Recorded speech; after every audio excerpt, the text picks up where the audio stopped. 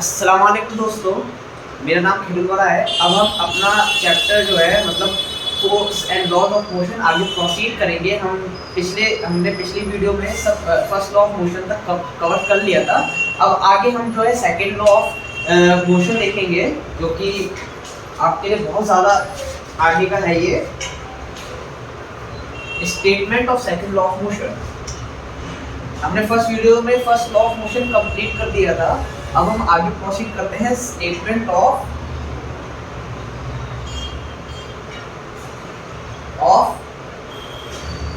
Second law of motion. Basically ये भी Newton sir ने दिया था।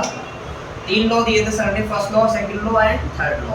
तो ये है statement of second law of motion. ये क्या कहता है कि rate of change of momentum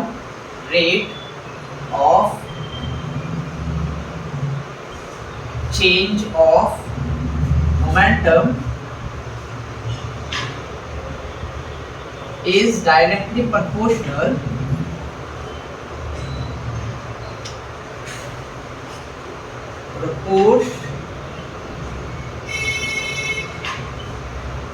to directly proportional रहता है टू अप्लाइड अनबैलेंस्ड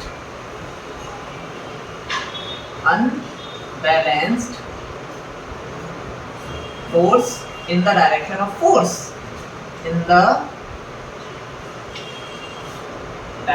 ऑफ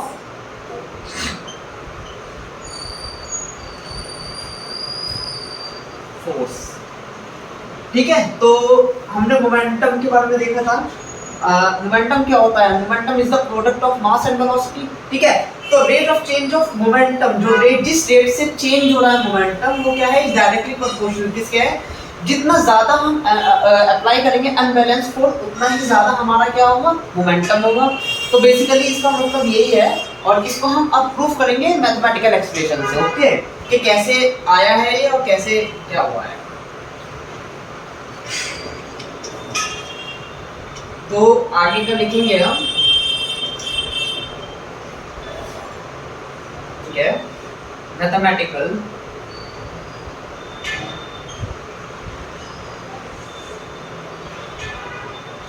ठीक है, मैथमेटिकल एक्सप्रेशन टू प्रूफ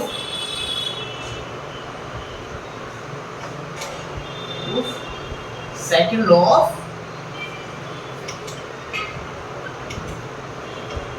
इसको करेंगे मोशन को, सेकंड लॉ ऑफ मोशन को हम मैथमेटिकल प्रूफ करेंगे। अब कैसे करेंगे ये देखिए। सपोज कर लीजिए, suppose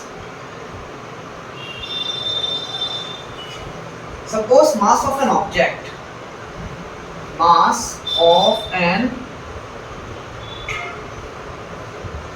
object is mk।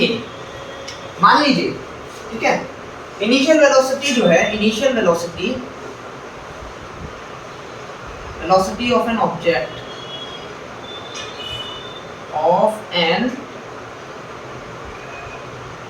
Object is what? u, metre per second. Metre per, ये यूनिट्स आप याद रखिएगा।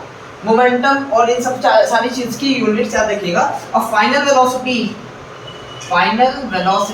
Of an object v, metre per second. आपको पता ही है, मैंने आपको बता रखे हैं इनिशियल वेलोसिटी और फाइनल वेलोसिटी क्या होती है। सारी चीज़ें मैंने फर्स्ट वीडियो में, आप जाके देखिएगा, उसके अंदर मैंने सब बता रखा है। उसके बाद निकालेंगे change in momentum. Change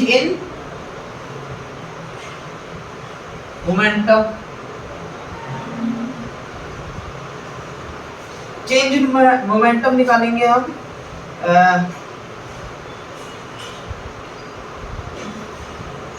sorry, इससे पहले initial momentum and final momentum आएगा। सॉरी, उससे पहले जो है हमारा आएगा इनिशियल मोमेंटम, जिसको हम P1 से डिनोट करेंगे। ओके, P हमारा साइन होता है मोमेंटम को शो करने का। तो P1 बराबर क्या होगा? mu ये। और फाइनल मोमेंटम मोमेंटम इसको हम T2 से कर लेते हैं mv। ओके, तो यहाँ तक आप उतारिए, आगे प्रोसीड करते हैं।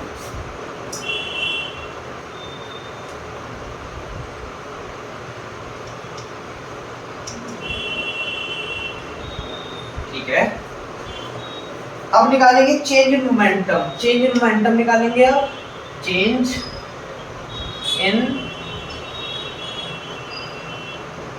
मोमेंटम, इसको भी हटा देते हैं, हो जाए। चेंज इन मोमेंटम निकालेंगे। फाइनल मोमेंटम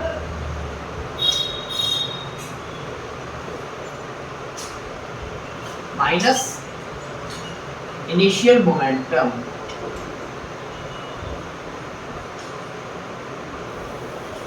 ओके, तो चेंज इन मोमेंटम कैसे निकालेंगे? फाइनल मोमेंटम हमारा क्या था? mv minus mu।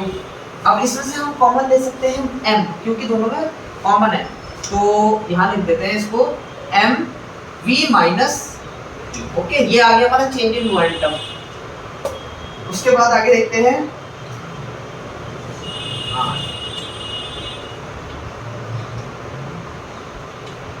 Rate of change of momentum. ठीक है, rate of change of momentum.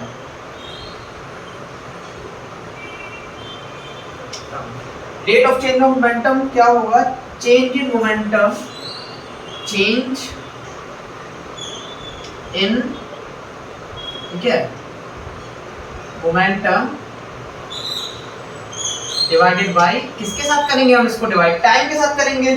ठीक है, टाइम के साथ, क्योंकि rate of change of momentum है, टाइम के साथ हम उसको वो कर देंगे। ओके, तो m हमने क्या निकाला था पहले? m v minus u upon में t।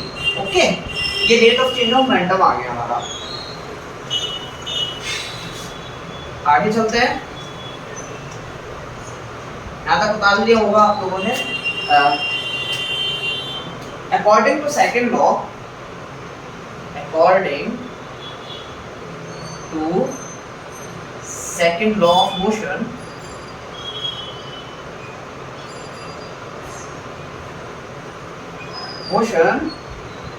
the rate of change of momentum, the rate of change of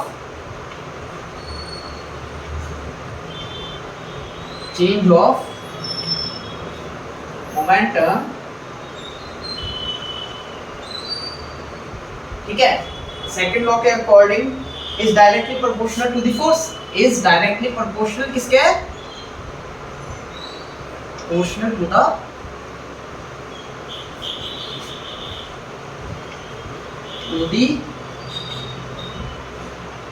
force. तो F इज डायरेक्टली प्रोपोर्शनल किसके है? m v minus u upon में t। और एक चीज आपने देखी होगी, बहुत मैंने आपको स्टार्टिंग में सिखाई थी, एक्सेलरेशन क्या होता है हमारा, ये रफ वर्क कर रहे हैं। Acceleration is equals to v minus u upon क्या होता है? t होता है, ये आपको याद होगा। तो अब हम यहाँ पे इसको पुट कर देंगे v minus u upon t की जगह, तो f is directly proportional m। अब v minus u upon t कितना हो गया हमारे पास? a।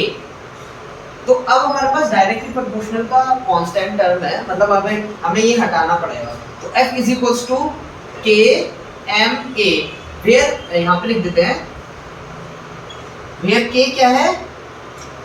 k is proportionality, constant proportionality, where k is constant proportionality.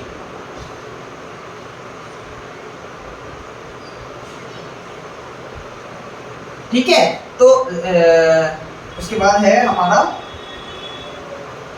It's value assume to be, its value assume to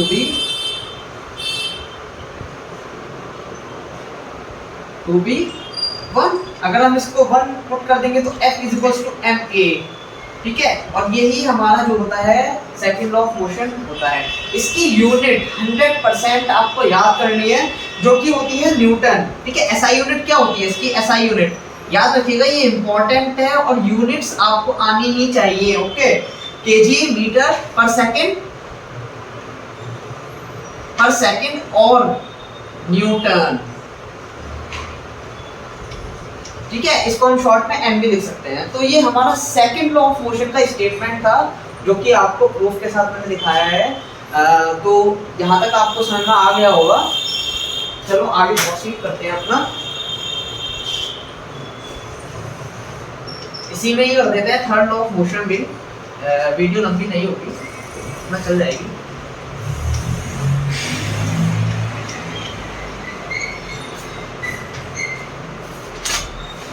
अब बात करते हैं थर्ड लॉ ऑफ मोशन की। मैं इसी में कंटिन्यू कर रहा हूँ। Third law of motion Newton का ही दिया हुआ है। थर्ड लॉ मोशन क्या होता है? ये थर्ड लॉ ऑफ मोशन क्या होता है? For every action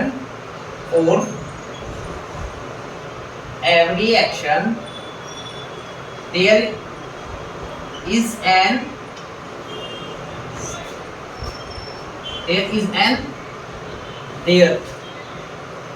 equal and opposite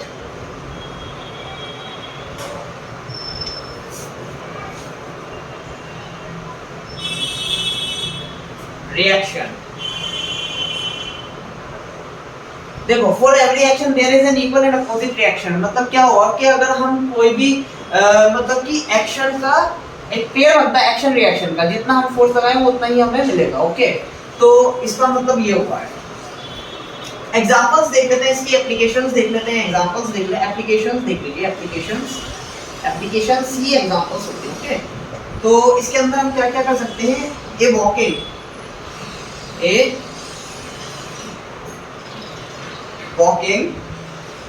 is enabled by third law।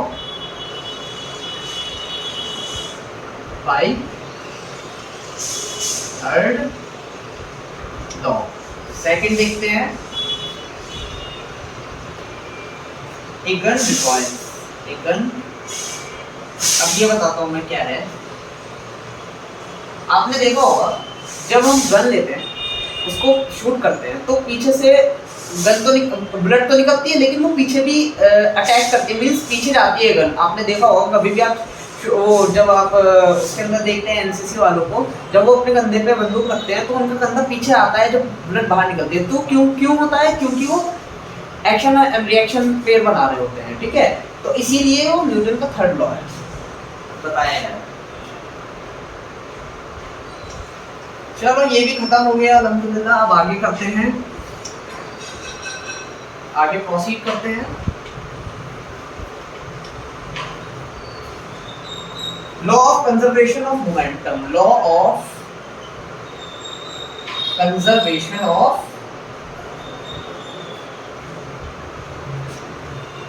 Momentum.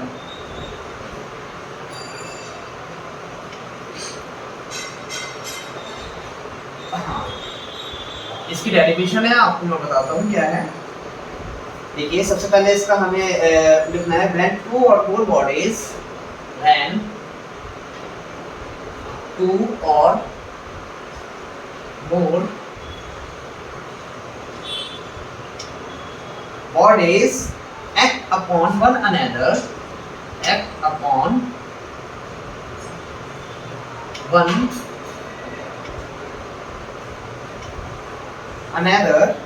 their total momentum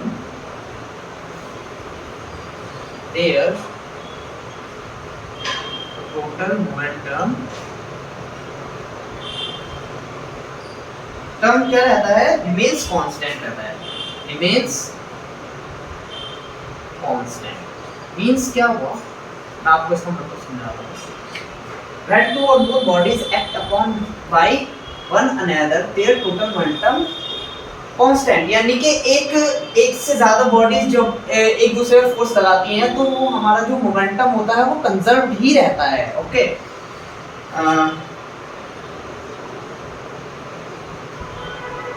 और कंजर्व और क्या रहता है? कंजर्व रहता है। कंजर्व रहता है कब?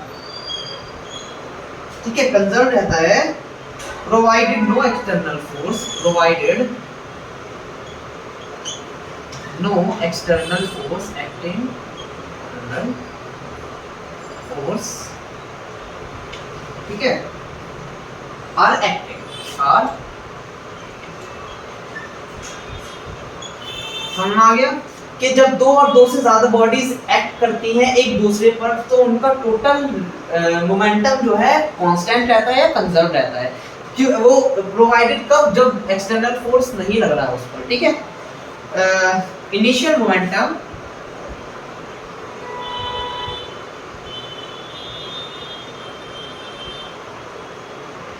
बराबर final momentum,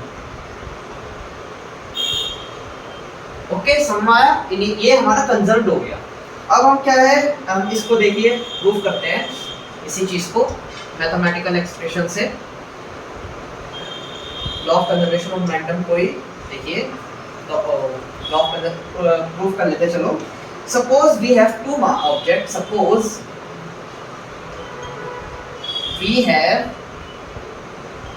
to objects A and B having masses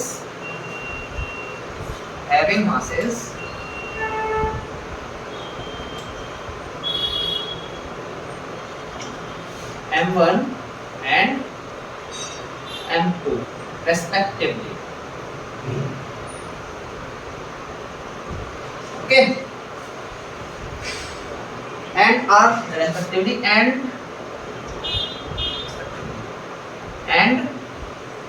moving initially with velocity, initially with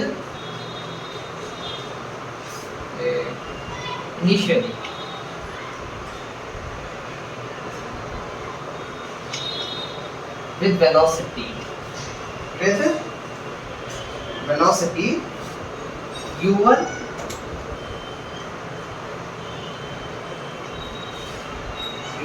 and u2 respectively, ठीक है, respectively लिख दीजिएगा, respectively लिख दीजिए,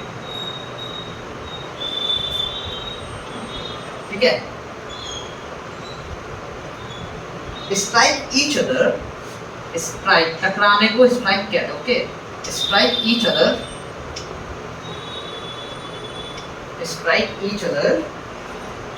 after time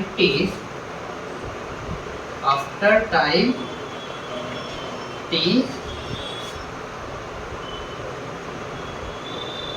they start moving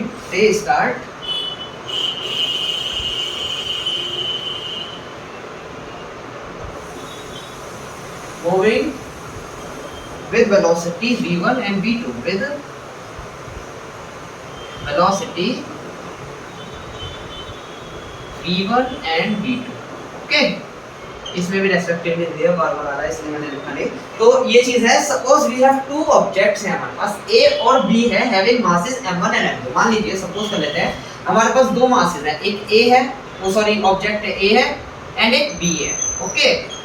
initially क्या है, m1 इसका मास है और m1 एंड वेलोसिटी क्या है u1, ओके। और इसकी क्या है m2, इनिशियल वेलोसिटी है u2। अब क्या हुआ कि ये आपस में स्ट्राइक कर रहे, टकराया, इन लोगों ने स्ट्राइक किया। स्ट्राइक करने के बाद क्या होगा कि ये ऐसे और ऐसे बढ़ जाएंगे, यानी कि ये यहाँ से गया, यहाँ पे ही ए आ गया और यहाँ पे ये हमारा बी हो गया, ओके। और अब इसकी जो मास सेम रहेगा, m1 ही रहेगा, लेकिन इसकी वेलोसिटी कितनी हुई v1, और यहाँ पर हमारा ये m2 रहेगा, इसकी वेलोसिटी कितनी हुई v2। अब आगे आप देखिए, प्रोसीड करते हैं हम।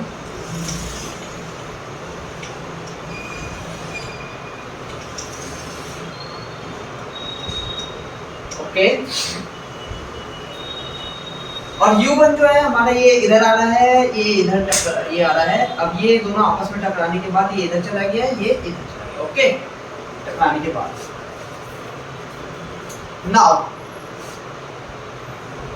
नाउ इनिशियल वेलोसिटी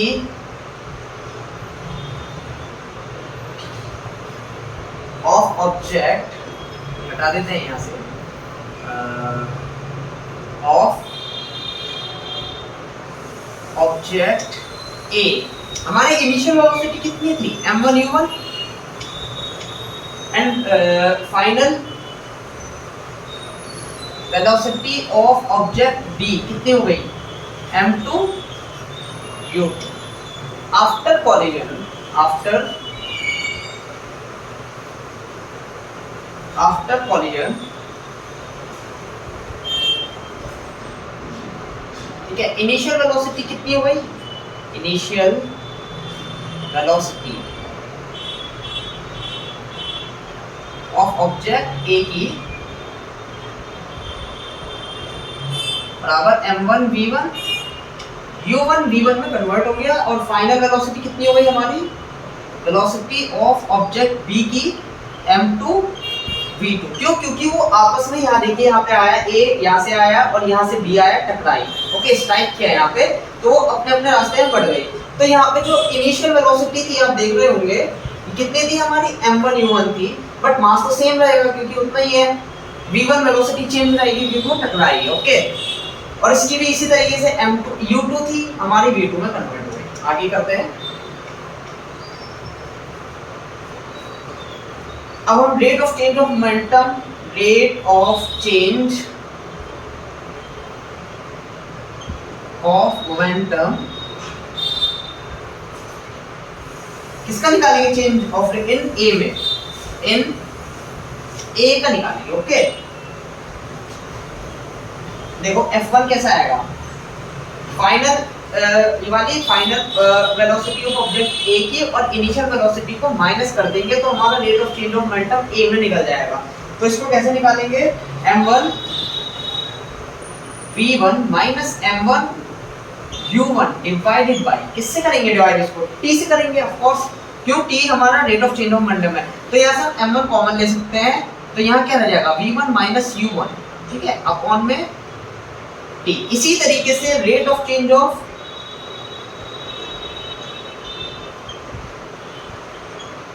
मोमेंटम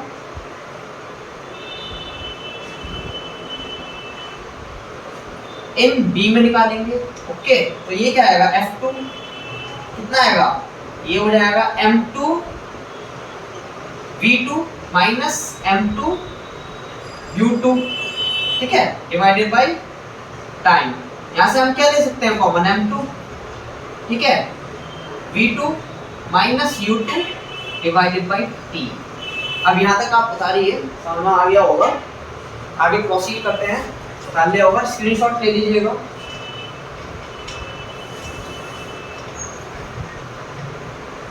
आगे प्रोसीड करते हैं अपन। We know that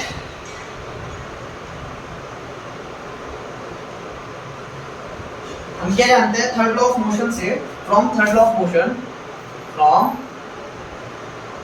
third law of motion से every action there is an equal and opposite reaction. तो हर एक एक्शन का एक रिएक्शन पेयर बनता है माइनस F2। ये चीज याद रखिएगा, बहुत इंपॉर्टेंट है, ये थर्ड लॉ ऑफ मोशन से हमने निकाली है, ठीक है। सो हम क्या करेंगे अब, m1, ठीक है, v1 minus u1 divided by t, किसके इक्वल हो जाएगा, माइनस m2, ठीक है, v2 माइनस u2 अपॉन में t। अब हम यहाँ t को उधर ले जा करके इसको काट सकते हैं, ठीक है। तो हमारे पास क्या आ गया, m1 v1 माइनस u1 बराबर है माइनस m2, ठीक है, ब्रैकेट में v2 माइनस u2। अब इसको मल्टीप्लाई कर दीजिए, m1 v1 minus m1 u1 बराबर है माइनस m2 v2 प्लस, क्यों, माइनस और माइनस क्या होता है, प्लस होता है, ठीक है, m2 u2, ओके। अब हम क्या करेंगे कि जो हमारा ये है इसके साथ इसको रखेंगे, इसके साथ इसको रखेंगे, तो मींस क्या होगा, देखिए m1 v1 इसको इधर ले आइए प्लस m2 v2 बराबर m1 इसको इधर ले जाइए m1 u1 plus m2 u2। अब हम क्या करेंगे, इसको ऐसे एज इट इज कर देंगे, तो m1 u1 plus m2 u2 बराबर है m1 v1 plus m2 V2 और हमें यही लाना था, इनिशियल वाला और फाइनल वाला। तो हमारे कंजर्वेशन ये वाला जो टॉपिक था law of conservation of momentum हमारा कंप्लीट हो गया है और हमने प्रूव कर दिया है। सो ये हमारा चैप्टर अल्हम्दुलिल्लाह कंप्लीट हो गया है। मैं गुजारिश करूँगा कि आप लोगों को ज़्यादा से ज़्यादा समझ में आए और मैंने इसे इजी वे में समझाने की कोशिश की है। तो बस इतना ही समझाना था। अब नेक्स्ट वीडियो इंशाल्लाह ताला बाद में आएगी, तब के लिए ऑल द बेस्ट।